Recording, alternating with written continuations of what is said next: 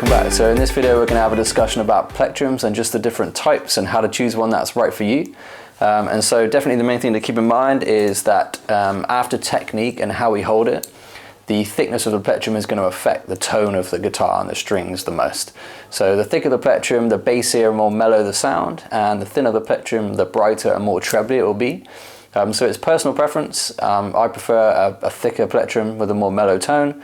And they generally range from 0.5 of a millimeter to 1.5. You can get again on either side, but they're most common. 0.75 to 1 millimeter is generally the most common. We got different types of plectrum. Some of them are rounded on all corners, some of them are pointed. I've got a few different ones here, I don't know if you can see. And here's one that's pointed at the top. Generally we use the pointed part or the longer part of the triangle to strike the strings, but again that's optional. The pointed plectrums, the ones with a thinner point, are used for faster playing usually because they pass through the string easier.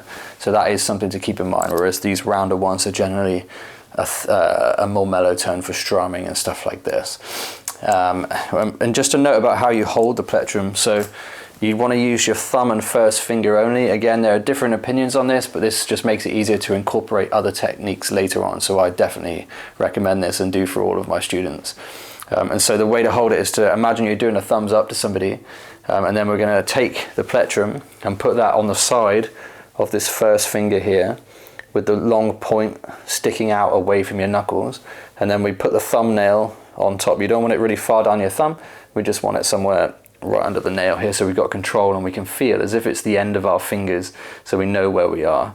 And we keep these other fingers out of the way so they don't strike the strings ahead of the plectrum. And you must hold loosely, don't squeeze tight, because this is a problem that nearly everyone has, and the playing's really loud and abrasive and it doesn't sound good. So yeah, I think that's all the main stuff. So yeah, on to the next video. Thanks for watching.